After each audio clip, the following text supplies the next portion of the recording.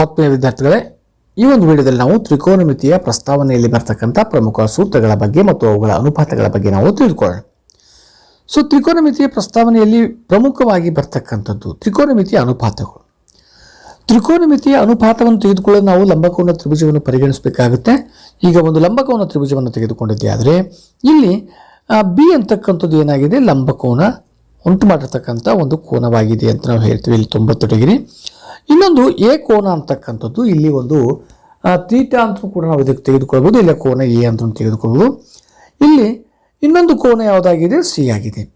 A ನಾವು ಗುರುತು ಮಾಡಿವಿ, ಇದು ಥೀಟಾ ಎಂದು ನಾವು ತೆಗೆದುಕೊಂಡಿದ್ದೆ. ಆದರೆ ಇಲ್ಲಿ ನನಗೆ ಇದಕ್ಕೆ ಅಭಿಮುಖವಾಗಿರ್ತಕ್ಕಂಥ ಕೋನ ಯಾವುದಾಗಿದೆ, ಎಗೆ ಅಭಿಮುಖವಾಗಿರ್ತಕ್ಕಂಥದ್ದು ಬಿ ಸಿ ಆಗಿದೆ. ಅದೇ ರೀತಿ 90 ಡಿಗ್ರಿಗೆ ಕೋನಕ್ಕೆ ಅಭಿಮುಖವಾಗಿರ್ತಕ್ಕಂಥದಕ್ಕೆ ನಾವು ಈಗಾಗಲೇ ತಿಳ್ಕೊಂಡು ವಿಕರ್ಣ ಅಂತ ಹೇಳ್ತೀವಿ. ಎ ಸಿ ಅನ್ನೋದು ಏನಾಗಿದೆ, ವಿಕರ್ಣ ಆಗಿದೆ. ಉಳಿದಿರ್ತಕ್ಕಂಥದ್ದು ಎ ಬಿ ಅನ್ನೋದು ಏನಾಗಿದೆ, ಪಾರ್ಶ್ವಬಾಹು ಆಗಿದೆ. ಇದೇ ರೀತಿ ಇನ್ನೊಂದು ತ್ರಿಭುಜವನ್ನು ತೆಗೆದುಕೊಂಡಾಗ ಇಲ್ಲಿ ನಮಗೆ ಏನಾಗಿದೆ, ನಾವು ಸಿ ಕೋನವನ್ನು ಗುರುತಿಸ್ತಾ ಇದ್ದೀವಿ. ನೋಡ್ತಾ ಇರ್ಬೋದು ನೀವು ಇಲ್ಲಿ ನಾವು ಸಿ ಕೋನವನ್ನು ಗುರುತಿಸಿವಿ. ಇದಕ್ಕೆ ಥೀಟಾ ಎಂದು ನಾವು ತಿಳಿದುಕೊಂಡಿದ್ದೀವಿ. ಆದರೆ ಸಿ ಕೋನಕ್ಕೆ ಅಭಿಮುಖವಾಗಿರ್ತಕ್ಕಂಥ ಬಾಹು ಯಾವುದಾಗಿದೆ ನೋಡ್ತಾ ಇದ್ದೀರಿ. ಇಲ್ಲಿ ನಮಗೆ ಅಭಿಮುಖವಾಗಿರ್ತಕ್ಕಂಥದ್ದು ಎ ಬಿ ಆಗಿದೆ. 90 ಡಿಗ್ರಿಗೆ ಅಭಿಮುಖವಾಗಿರ್ತಕ್ಕಂಥ ಬಾಹು ವಿಕರ್ಣ. ಇನ್ನೊಂದು ಬಾಹು ಏನಾಗಿದೆ, ಪಾರ್ಶ್ವಬಾಹು ಆಗಿದೆ. ಯಾವುದು ಪಾರ್ಶ್ವಬಾಹು, ಬಿ ಸಿ ಅಂತಕ್ಕಂಥದ್ದು ಪಾರ್ಶ್ವಬಾಹು ಆಗಿದೆ. ವಿಕರ್ಣ ಏನಾಗಿದೆ, ಎ ಸಿ ಆಗಿದೆ. ಇದು ಸ್ವಲ್ಪ ಗಮನ ಇಟ್ಟು ನೋಡ್ಕೊಳ್ಬೇಕು ನಾವು. ನಂತರದಲ್ಲಿ ಈ ಒಂದು ಲಂಬಕೋನ ತ್ರಿಭುಜಗಳಿಗೆ ನಾವು ಒಟ್ಟು 6 ತ್ರಿಕೋನಮಿತಿಯ ಅನುಪಾತಗಳಿದ್ದಾವೆ. ಆ ಅನುಪಾತಗಳನ್ನು ನಾವು ಬರೆಯಬಹುದು. ಯಾವ ಅನುಪಾತಗಳು ಅಂತಂದಾಗ ನಿಮಗೆ ತಿಳ್ಕೊಂಡಿರಬೇಕು, ಸೈನ್, ಕಾಸ್, ಟ್ಯಾನ್, ಕೋಸೆಕ್, ಸೀಕೆಂಟ್ ಮತ್ತು ಕಾಟ್ ಥೀಟಾಗಳು ಅಂತಕ್ಕಂಥ 6 ಅನುಪಾತಗಳು ಇದ್ದಾವೆ. ಆ 6 ಅನುಪಾತಗಳನ್ನು ನಾವು 6 ಬರೀಬೇಕಾಗುತ್ತೆ. ಮೊದಲಿಗೆ ತ್ರಿಕೋನಮಿತಿಯ ಅನುಪಾತಗಳು ತ್ರಿಭುಜ 1 ಮತ್ತು 2ಕ್ಕೆ ಸಂಬಂಧಪಟ್ಟಿರ್ತಕ್ಕಂಥದ್ದು ಬರೀಬೇಕಾಗುತ್ತೆ. ಮೊದಲಿಗೆ ಬರ್ತಕ್ಕಂಥದ್ದು ಸೈನ್ ಥೀಟಾ ಅಥವಾ ಸೈನ್ ಎ ಅಂತ ನಾವು ಹೇಳ್ಬೋದು. ಸೈನ್ ಅಂದರೆ ಏನು, ಅಭಿಮುಖ ಬಾಹು ಬಾಗಿಲೆ ವಿಕರ್ಣ. ಈ ಅಂಶವನ್ನು ತಾವು ನೆನ್ಪಿಟ್ಕೋಬೇಕು. ಸೈನ್ ಎ ಅಂದರೆ ಏನು, ಅಭಿಮುಖ ಬಾಹು ಬಾಗಿಲೆ ವಿಕರ್ಣ. ಇದು ಯಾವುದಾಗಿದೆ, ತ್ರಿಭುಜ 1ರಲ್ಲಿ ಅಭಿಮುಖ ಬಾಹು ಅಂದಾಗ B C by A C ಅನ್ನೋದೇನಾಗಿದೆ, ಅಭಿಮುಖ ಬಾಹು ಮತ್ತು ವಿಕರ್ಣದ ಅನುಪಾತವಾಗಿದೆ. ಅದೇ ರೀತಿ ತ್ರಿಭುಜ 2ರಲ್ಲಿ ತೆಗೆದುಕೊಂಡಾಗ A B by A C ಆಗಿರುತ್ತದೆ. ಈಗ ಮುಂದಿನ ಅನುಪಾತವನ್ನು ನೋಡೋಣ. ಮುಂದಿನ ಅನುಪಾತ ಏನಾಗುತ್ತೆ, ಕಾಸ್ ಎ ಅಥವಾ ಕಾಸ್ ಥೀಟಾ ಅಂತ ಕೂಡ ನಾವು ಹೇಳ್ಬೋದು. ಇಲ್ಲಿ ಎ ಅಂತ ಗುರುತಿಸ್ವಿ, ಹಾಗಾಗಿ ಎ ಎಂದೇ ನಾವು ಹೇಳೋಣ. ಕಾಸ್ ಎ ಅಂದರೆ ಏನಾಗಿದೆ, ಈ ಅನುಪಾತವನ್ನು ನೆನಪಿಟ್ಕೋಬೇಕು. ಪಾರ್ಶ್ವಬಾಹು ಬಾಗಿಲೆ ವಿಕರ್ಣ. ಪಾರ್ಶ್ವಬಾಹು ಬಾಗಿಲೆ ವಿಕರ್ಣ ಎಂದಾಗ ನಾವು ತ್ರಿಭುಜ 1 ಮತ್ತು 2ರಲ್ಲಿ ನೋಡಿದಾಗ A B by A C ಹಾಗೂ B C by A B ಅಂತಕ್ಕಂಥದ್ದು ಪಾರ್ಶ್ವಬಾಹು ಮತ್ತು ವಿಕರ್ಣವಾಗುತ್ತದೆ. ಈಗ ಮುಂದಿನ ಒಂದು ಅನುಪಾತವನ್ನು ನೋಡಿದಾಗ ಮುಂದಿನ ಅನುಪಾತ ಟ್ಯಾನ್ ಆಗಿದೆ. ಟ್ಯಾನ್ ಥೀಟಾ ಅಥವಾ ಟ್ಯಾನ್ ಎ ಅಂದರೆ ಏನು ಅನ್ನೋದು ಅನುಪಾತವನ್ನು ನೆನಪಿಟ್ಕೋಬೇಕು. ಅನುಪಾತ ಏನಾಗಿದೆ ಇಲ್ಲಿ ಅಂತ ಹೇಳಿದಾಗ ಅಭಿಮುಖ ಬಾಹು ಬಾಗಿಲೆ ಪಾರ್ಶ್ವಬಾಹು.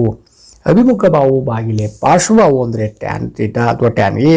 ಅವುಗಳಿಗೆ ಸಂಬಂಧಪಟ್ಟಿರ್ತಕ್ಕಂಥ ಬೆಲೆಗಳು ಅಂದರೆ B C by A B ಹಾಗೂ A B by B C ಅಂತಕ್ಕಂಥದ್ದು ಅಭಿಮುಖ ಬಾಹು ಮತ್ತು ಪಾರ್ಶ್ವಬಾಹುಗಳ ಅನುಪಾತಗಳಾಗಿವೆ ಎಂದು ಹೇಳ್ಬೋದು. ಈಗ ಆ ಮುಂದಿನ ಅನುಪಾತ ಅಂದಾಗ ನಮಗೆ ಬರ್ತಕ್ಕಂಥದ್ದು ಏನಾಗಿದೆ, ಕೋಸೆಕ್ ಅಂತಕ್ಕಂಥದ್ದು. ಟ್ಯಾನ್ ಆದ ನಂತರ ಬರ್ತಕ್ಕಂಥದ್ದು ಕೋಸೆಕ್ ಎ ಅಂತಕ್ಕಂಥದ್ದು. ಕೋಸೆಕ್ ಎನ ಅನುಪಾತ ಏನಾಗಿದೆ ಅಂದರೆ ವಿಕರ್ಣ ಬಾಗಿಲೆ ಅಭಿಮುಖ ಬಾಹು. ವಿಕರ್ಣ ಬಾಗಿಲೆ ಅಭಿಮುಖ ಬಾಹು ಎಂದು ನಾವು ತಿಳಿದುಕೊಂಡು ಬರೆದಿದ್ದೆ. ಆದರೆ ಅವುಗಳ ಅನುಪಾತಗಳು A C by A B C, A C by A B ಅಂತಕ್ಕಂಥದ್ದು ಕೋಸೆಕ್ ಆಗಿರುತ್ತದೆ. ಇನ್ನು ಮುಂದಿನ 5ನೇ ಒಂದು ನಾವು ಅನುಪಾತವನ್ನು ತೆಗೆದುಕೊಂಡಾಗ ಸೀಕೆಂಟ್ ಎ ಅಥವಾ ಸೆಕ್ ಎ ಅಂತ ನಾವು ಹೇಳ್ಬೋದು. ಏನಿದು ಸೀಕೆಂಟ್ ಎನ ಅನುಪಾತ ಎಂದಾಗ ವಿಕರ್ಣ ಬಾಗಿಲೆ ಪಾರ್ಶ್ವಬಾಹು. ವಿಕರ್ಣ A C by A B. ನಂತರ 2ನೇ ತ್ರಿಭುಜದಲ್ಲಿ ಕೂಡ A C by B C ಅಂತಕ್ಕಂಥದ್ದು ಏನಾಗಿದೆ, ಅವುಗಳ ಅನುಪಾತಗಳಾಗಿವೆ ಅಂತ ಹೇಳ್ಬೋದು. ಈಗ ಕೊನೆಯಲ್ಲಿರತಕ್ಕಂಥದ್ದು ಕಾಟ್ ಎ. ಕಾಟ್ ಎದ ಒಂದು ಅನುಪಾತಗಳು ಏನಾಗಿದ್ದಾವೆ, ಕಾಟ್ ಎ ಅಂತಂದಾಗ ನೀವು ನೋಡಬೇಕಿಲ್ಲಿ ಪಾರ್ಶ್ವಬಾಹು ಬಾಗಿಲೆ ಅಭಿಮುಖ ಬಾಹು. ಪಾರ್ಶ್ವಬಾಹು ಬಾಗಿಲೆ ಅಭಿಮುಖ ಬಾಹುಗಳ ಅನುಪಾತಗಳು ತ್ರಿಭುಜ 1 ಮತ್ತು 2 ನೋಡಿ ಬರೆದಾಗ AB/BC ಮತ್ತು BC/AB ಅಂತಕ್ಕಂಥದ್ದು ಏನಾಗಿದೆ ಅನುಪಾತಗಳಾಗಿವೆ. ಅಂದರೆ ಒಟ್ಟು ತ್ರಿಕೋನಮಿತಿಯಲ್ಲಿ 6 ಅನುಪಾತಗಳಿವೆ. ಅವುಗಳೆಂದರೆ sine A, cos A, tan A, cosec A, secant A ಮತ್ತು ಕಾಟ್ ಎ ಅಂತಕ್ಕಂಥ ಒಟ್ಟು 6 ಅನುಪಾತಗಳನ್ನು ನೀವು ಜ್ಞಾಪಕದಲ್ಲಿ ಇಟ್ಟುಕೊಂಡ್ರೆ 2 ಅಂಕದ ಪ್ರಶ್ನೆಗಳು ಬಂದಾಗ ಸುಲಭವಾಗಿ ನೀವು ಉತ್ತರಿಸಬಹುದಾಗಿದೆ. ಈಗ ತ್ರಿಕೋನಮಿತಿಯ ವಿಲೋಮ ಅನುಪಾತಗಳ ಬಗ್ಗೆ ನಾವು ತಿಳ್ಕೋಬೇಕು. ವಿಲೋಮ ಅನುಪಾತಗಳು ಯಾವ ಬೆಲೆಗಳು 6 ಅನುಪಾತಗಳಿವೆ ಅದಕ್ಕೆ ವಿಲೋಮವಾಗಿ ಬರೆದಾಗ ಯಾವ್ಯಾವ ಬೆಲೆಗಳು ಬರ್ತವೆ ಅಂತ ನೋಡಿದಾಗ ನೋಡಿ 1/sin ಅಂದರೆ ಕೋಸೆಕ್ ಆಗಿರುತ್ತದೆ. 1/sin ಅಂದರೆ ಕೋಸೆಕ್ ಆಗಿರುತ್ತದೆ. 1/cos ಅಂದರೆ ಸೀಕೆಂಟ್ ಆಗಿರುತ್ತದೆ. 1/tan ಅಂದರೆ ಕಾಟ್ ಆಗಿರುತ್ತೆ. ಈ 3 ನೆನಪಿಟ್ಟುಕೊಂಡಿದ್ದೆ ಆದರೆ ಇನ್ನು ಉಳಿದಿರ್ತಕ್ಕಂಥ 3 ನೀವು ಸುಲಭವಾಗಿ ಬರೆಯಬಹುದು. ಇಲ್ಲಿ ಏನಾಗಿದೆ 1/cosec ಅಂದರೆ 1/cosec ಅಂದರೆ ಸೈನ್ಗೆ, ಇಲ್ಲಿ 1/cos ಅಂದರೆ ಸೀಕೆಂಟ್ ಎ ಆಗಬೇಕು. 1/cos ಅಂದರೆ ಸೀಕೆಂಟ್ ಎ ಆಗಿರುತ್ತದೆ. 1/tan ಅಂದರೆ ಕಾಟ್ ಎ ಆಗಿರುತ್ತದೆ. 1/tan ಅಂದರೆ ಕಾಟ್ ಆಗಿರುತ್ತದೆ ಅಂತಕ್ಕಂಥದ್ದು. ಮೊದಲ 3 ನೋಡಿದ್ದೆ ಆದರೆ 1/sin ಅಂದರೆ ಕೋಸೆಕ್, 1/cos ಅಂದರೆ ಸೀಕೆಂಟ್, 1/tan ಅಂದರೆ ಕಾಟ್ ಅಂದರೆ ಅದನ್ನು ನಾವು ವಿಲೋಮವಾಗಿ ಬರೆದಾಗ ಟ್ಯಾನ್ ಎ ಅಂದರೆ 1/cot, ಕಾಸ್ ಅಂದರೆ 1/sec, ಸೈನ್ ಅಂದರೆ 1/cosec ಅಂತಕ್ಕಂಥದ್ದು. ಇವು ಅವುಗಳ ಒಂದು ಏನಾಗಿದೆ ತ್ರಿಕೋನಮಿತಿಯ ವಿಲೋಮ ಅನುಪಾತಗಳಾಗಿವೆ. ಈಗ ನಾವು ಇದರಲ್ಲಿ ಇನ್ನೊಂದು ಸ್ವಲ್ಪ ಅಂದಾಗ sin/a ಅಂದರೆ sin/cos ಅಂದರೆ ಟ್ಯಾನ್ ಆಗಿರುತ್ತದೆ. ಅದೇ cos/sin ಅಂದರೆ ಕಾಟ್ ಆಗಿರ್ತಕ್ಕಂಥ ಅಂಶವನ್ನು ಕೂಡ ತಾವು ತಿಳ್ಕೊಳ್ಬೋದು. ಈಗ ನಿರ್ದಿಷ್ಟ ಕೋನಗಳಿಗೆ ತ್ರಿಕೋನಮಿತಿಯ ಅನುಪಾತಗಳನ್ನು ನಾವು ಯಾವ ರೀತಿ ಬರಿಬೇಕು ಅಂದರೆ ಒಂದು ಕೋನ ಎ ಆದರೆ ಅಥವಾ ತೀಟ ಆದರೆ ಅಲ್ಲಿ ನಮಗೆ 0, 30, 45, 60 ಮತ್ತು 90 ಡಿಗ್ರಿಯಂತೆ ನಮಗೆ ಒಟ್ಟು 5 ಕೋನಗಳನ್ನು ಬರಿಬೇಕಾಗುತ್ತೆ. ತ್ರಿಕೋನಮಿತಿಯ ಬೆಲೆಗಳು ಬರಿಬೇಕಾಗುತ್ತೆ. ಮೊದಲಿಗೆ ನಾನು ಇದನ್ನು ಸುಲಭವಾಗಿ ಬೆಲೆಗಳು ಹೇಗೆ ಬರಿಬೇಕು ಅನ್ನೋದ್ರ ಬಗ್ಗೆ ತಿಳಿಸ್ಕೊಡ್ತಾ ಇದ್ದೀನಿ ನೋಡಿ. 0 degree, 30 degree, 45 degree, 60 degree, 90 degree ಇದೆಲ್ಲ. ಇದಕ್ಕೆ ನಾವು ಮೊದಲಿಗೆ 0, 0, 1, 2, 3, 4 ಎಂದು ಬರೆದು ಪ್ರತಿಯೊಂದಕ್ಕೂ 4ರಿಂದ ನಾವು ಭಾಗಿಸಬೇಕು. 4ರಿಂದ ಭಾಗಿಸಿದ ನಂತರ ಬಂದಿರುವ ಬೆಲೆಗೆ ವರ್ಗಮೂಲವನ್ನು ಕಂಡುಹಿಡಬೇಕು. ನೋಡಿ 2 ಒಂದಲೇ 2 2 4 ಆಗುತ್ತೆ, 4 4 ಕ್ಯಾನ್ಸಲ್ ಆಗುತ್ತೆ. ಈಗ ಇವುಗಳಿಗೆ ನಾನು ವರ್ಗವನ್ನು ಕಂಡುಹಿಡಿಬೇಕಾಗುತ್ತೆ. ಸೊ ಅಂದರೆ ವರ್ಗಮೂಲವನ್ನು ಕಂಡುಹಿಡಿಬೇಕಾಗುತ್ತೆ. 0/4 ಅಂದಾಗ ನಮಗೆ ಬರ್ತಕ್ಕಂಥದ್ದು 0 ಆಗಿದೆ. 1/4 ಅಂಶ ಅಂದರೆ 1ರ ವರ್ಗಮೂಲ 1, 4ರ ವರ್ಗಮೂಲ 2 ಆಗಿದೆ. ಸೊ 1ರ ವರ್ಗಮೂಲ 1, 2ರ ವರ್ಗಮೂಲ ನಿಮ್ಗೆ ಗೊತ್ತಿಲ್ಲ, √2 ಅಂತ ಬರಿಬೇಕು. 3 4 ಅಂಶ ಅಂದರೆ √3 4 ಅಂಶ ಅಂದರೆ √3, 4ರ ವರ್ಗಮೂಲ 2 ಆಗಿದೆ. ಸೊ 4/4 ಕ್ಯಾನ್ಸಲ್ 1 ಬಂತು ಅನ್ನೋದು. ಇದು ಈ ಬೆಲೆಗಳೇನಾಗಿವೆಲ್ಲ 0, 1/2, 1/√2, √3/2, 1 ಇವು ಸೈನ್ ಎನ ಬೆಲೆಗಳಾಗಿರುತ್ತವೆ. ಇದು ನೀವು ಜ್ಞಾಪಕದಲ್ಲಿ ಇಟ್ಕೊಂಡಿದ್ದೆ ಆದರೆ ನೋಡ್ಬೋದು ಇಲ್ಲಿ 0, 1/2, 1/√2, √3/2, 1 ಸೈನ್ ಎನ ಬೆಲೆಗಳಾಗಿದ್ದಾವೆ. ಹಾಗೆ ಕಾಸ್ ಎನ ಬೆಲೆಗಳನ್ನು ಕಂಡುಹಿಡಬೇಕಾದ್ರೆ ಇಲ್ಲಿ ಕೊಟ್ಟಿರ್ತಕ್ಕಂಥ ಬೆಲೆಗಳು ಏನವಲ್ಲ 0, 30, 45, 60, 90 ಡಿಗ್ರಿ. 90 ಡಿಗ್ರಿಯಿಂದ ನಾವು ಬರಿತಾ ಬಂದರೆ 90, 60, 45, 30, 0 ಡಿಗ್ರಿ ಉಲ್ಟಾ ಬರಿತಾ ಬಂದರೆ ನಮಗೆ ಕಾಸ್ನ ಬೆಲೆಗಳು ದೊರೀತಾ ಇದ್ದಾವೆ, ನೋಡ್ತಾ ಇರ್ಬೋದು ನೀವು. ನಂತರದಲ್ಲಿ sin/cos ಅಂದರೆ ಟ್ಯಾನ್ ಆಗಿದೆ ಅಂತ ಗೊತ್ತಿದೆ. sin/cos ಅಂದರೆ 0/1, 1/2 divided by √3/2, 1/√2 divided by 1/√2, √3/2 divided by 1/2, 1/0 ಅಂತ ನಾವು ಭಾಗಿಸಿದ್ದೆ ಆದರೆ ಇವೆರಡಕ್ಕೆ ಅವಾಗ ನಮಗೆ ಟ್ಯಾನ್ನ ಬೆಲೆಗಳು ದೊರೀತವೆ.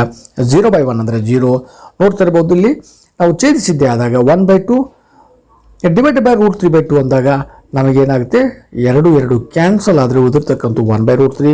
ಇಲ್ಲಿ √2 ಕ್ಯಾನ್ಸಲ್ ಆದರೆ 1. ನಂತರದಲ್ಲಿ ಅಂಶಗಳಲ್ಲಿರ್ತಕ್ಕಂಥದ್ದು ಕ್ಯಾನ್ಸಲ್ ಆದರೆ √3/1 ಅಂದರೆ √3, 1/0 ಅಂದರೆ ND ಅಂದರೆ ನಾಟ್ ಡಿಫೈನ್ಡ್ ಅಂತ ನಾವು ಹೇಳ್ಬೋದು. ಈಗ ನಮಗೆ ಟ್ಯಾನ್ ಆದ ನಂತರ ಬರಿತಕ್ಕಂಥ ಬೆಲೆ ಯಾವುದು ಕೋಸೆಕ್ ಕೂಡ ಬರಿಬೇಕಾದ್ರೆ ನಿಮಗೆ ವಿಲೋಮ ಅನುಪಾತ ಗೊತ್ತಾಗಿದೆ. 1/sin ಅಂದರೆ ಕೋಸೆಕ್ ಆಗಿದೆ. ಹಾಗಾಗಿ 1/sin ಬೆಲೆಗಳನ್ನು ಬರಿತಾ ಬಂದರೆ ಕೋಸೆಕ್ನ ಬೆಲೆಗಳು ದೊರೀತವೆ. ನಂತರದಲ್ಲಿ ಸೀಕೆಂಟ್ನ ಬೆಲೆ ಕೂಡ ಹಾಗೆ ಇದೆ. 1/cos ಅಂತ ಬರೆದ್ರೆ ನಮಗೆ ಸೀಕೆಂಟ್ನ ಬೆಲೆಗಳು ಬರ್ತವೆ. ಹಾಗಾಗಿ ಸೀಕೆಂಟ್ನ ಬೆಲೆಗಳು ಕೂಡ ನೋಡ್ತಾ ಹೋಗ್ಬೋದು. ಕೊನೆಯದಾಗಿ ಟ್ಯಾನ್ನ ಬೆಲೆಗಳನ್ನು ನಾವು ಉಲ್ಟಾ ಬರಿತಾ ಬಂದರೆ 90 ಡಿಗ್ರಿಯಿಂದ ಬರಿತಾ ಬಂದರೆ ಇವು ಏನಾಗಿವೆ ಕಾಟ್ನ ಬೆಲೆಗಳು ಆಗಿರುತ್ತವೆ.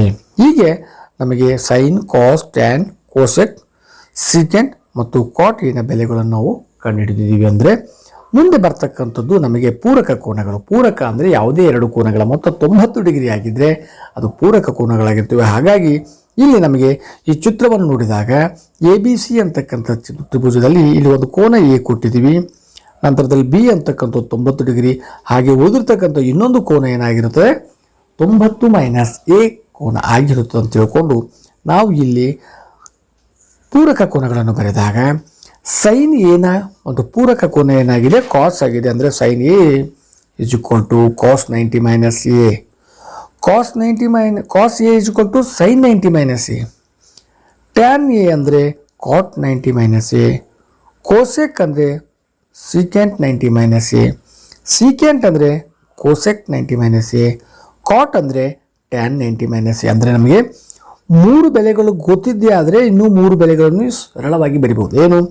ಸೈನ್ ಎ ಅಂದರೆ ಕಾಸ್ 90 - A, ಕಾಸ್ ಅಂದರೆ ಸೈನ್ 90 - A, ಟ್ಯಾನ್ ಅಂದರೆ ಕಾಟು, ಕಾಟ್ ಅಂದರೆ ಸೈನು, ಕಾಟ್ ಅಂದರೆ ಟ್ಯಾನ್, ಕೋಸೆಕ್ ಅಂದರೆ ಸೀಕೆಂಟು, ಸೀಕೆಂಟ್ ಅಂದರೆ ಕೋಸೆಕ್ಕು, ಕಾಟ್ ಅಂದರೆ ಟ್ಯಾನು, ಟ್ಯಾನ್ ಅಂದರೆ ಕಾಟ್ ಅಂತಕ್ಕಂಥ ಬೆಲೆಗಳನ್ನು ತಿಳ್ಕೊಂಡ್ರೆ ನೀವು ಈಸಿಯಾಗಿ ಈ ಬೆಲೆಗಳನ್ನು ನೀವು ಬರೆಯಬಹುದು. ಈಗ ತ್ರಿಕೋನಮಿತಿಯ ನಿತ್ಯ ಸಮೀಕರಣಗಳು, ಇದ್ರ ಬಗ್ಗೆ ನಾವು ತಿಳ್ಕೊಬೇಕು. ಇಲ್ಲಿ 3 ಪ್ರಮುಖವಾಗಿರ್ತಕ್ಕಂಥ ತ್ರಿಕೋನಮಿತಿಯ ನಿತ್ಯ ಸಮೀಕರಣಗಳು ಬರ್ತವೆ. ಒಂದೊಂದನ್ನು ನಾವು ಮೊದಲಿಗೆ ತಿಳಿದುಕೊಂತ ಹೋದಾಗ, ಒಂದು ತ್ರಿಕೋನಮಿತಿಯ ಅನುಪಾತಗಳನ್ನು ಹೊಂದಿರತಕ್ಕಂಥ ಸಮೀಕರಣವು ಕೋನದ ಎಲ್ಲ ಅಳತೆಗಳಿಗೆ ಸತ್ಯವಾಗಿದ್ದರೆ ಅದಕ್ಕೆ ನಾವು ತ್ರಿಕೋನಮಿತಿಯ ನಿತ್ಯ ಸಮೀಕರಣ ಎಂದು ನಾವು ಕರಿತೀವಿ. ಮೊದಲ ನಿತ್ಯ ಸಮೀಕರಣ ಅಂದರೆ sin² A + cos² A = 1. ಇದು ಭಾಳ ಇಂಪಾರ್ಟೆಂಟ್ ನೋಡಬೇಕು. sin² A + cos² A = 1 ಅಂದಾಗ ಇಲ್ಲಿ ನಮಗೆ sin² A ಬೆಲೆ ಬೇಕಾಗಿದ್ದರೆ sin² A ಬೆಲೆ ಬೇಕಾಗಿದ್ರೆ 1 - cos² A ಅಂತ ಬರಿಬಹುದು. cos² A ನ ಬೆಲೆ ಬೇಕಾಗಿತ್ತು ಅಂದರೆ 1 - sin² A ಅಂತ ನಾವು ಬರಿಬಹುದು. ಅದನ್ನೇ ನಾವು ಇಲ್ಲಿ ನೋಡಬಹುದಾಗಿದೆ. cos² A ಅಂದರೆ 1 - sin² A, sin² ಅಂದರೆ 1 - cos² A. ನಂತರದಲ್ಲಿ ಪ್ರಮುಖವಾಗಿ ಇನ್ನೊಂದು ನಿತ್ಯ ಸಮೀಕರಣ ಅಂತಂದರೆ tan² A + 1 ಸಮನಾಗಿದೆ sec² A. ಇದನ್ನೇ ನಾವು ಇನ್ನೂ 2 ಇದರ ಸಂಬಂಧಪಟ್ಟಂತೆ ನಾವು ನಿತ್ಯ ಸಮೀಕರಣಗಳನ್ನು ಬರೆದಿದ್ದೆ. ಆದರೆ sec² A - tan² A = 1, tan² A = sec² A - 1 ಅಂತಕ್ಕಂಥದ್ದು ಇನ್ನೊಂದು ಪ್ರಮುಖವಾಗಿರ್ತಕ್ಕಂಥ ನಿತ್ಯ ಸಮೀಕರಣ ಅಂದರೆ 1 + cot² A = cosec² A. So ಇದರಲ್ಲಿ ಇನ್ನೂ 2 ಬರೆದಾಗ cot² A - cosec² A = 1, cosec² A - cot² A = 1. ಅಂದರೆ 3 ನಿತ್ಯ ಸಮೀಕರಣಗಳಿಂದ 9 ನಿತ್ಯ ಸಮೀಕರಣಗಳಾಗಿ ನಾವು ಪರಿವರ್ತಿಸಿಕೊಂಡು ಬರೆಯಬಹುದಾಗಿದೆ. ಈಗ ಇಲ್ಲಿವರೆಗೆ ನಾವು ಈ ಒಂದು ತ್ರಿಕೋನಮಿತಿಯ ನಿತ್ಯ ಸಮೀಕರಣಗಳ ಬಗ್ಗೆ ತಿಳಿದುಕೊಂಡಿದ್ದೀವಿ. ಇವುಗಳನ್ನು ನೀವು ಪರ್ಫೆಕ್ಟ್ ಆಗಿದ್ದೇ ಆದರೆ ಮುಂಬರ್ತಕ್ಕಂಥ ಪರೀಕ್ಷೆಯಲ್ಲಿ ನೀವು ಈ ಅಧ್ಯಾಯದ ಮೇಲೆ ಬರ್ತಕ್ಕಂಥ ಎಲ್ಲ ಪ್ರಶ್ನೆಗಳಿಗೆ ನೀವು ಇದರ ಬೆಲೆಯನ್ನು ಅಳವಡಿಸಿ ಲೆಕ್ಕಗಳನ್ನು ಮಾಡಬಹುದಾಗಿದೆ. ಮುಂದಿನ ವಿಡಿಯೋದಲ್ಲಿ ನಾವು ಓದಿರ್ತಕ್ಕಂಥ ಅಧ್ಯಾಯಗಳ ಬಗ್ಗೆ ತಿಳಿದುಕೊಳ್ಳೋಣ. ಧನ್ಯವಾದಗಳು.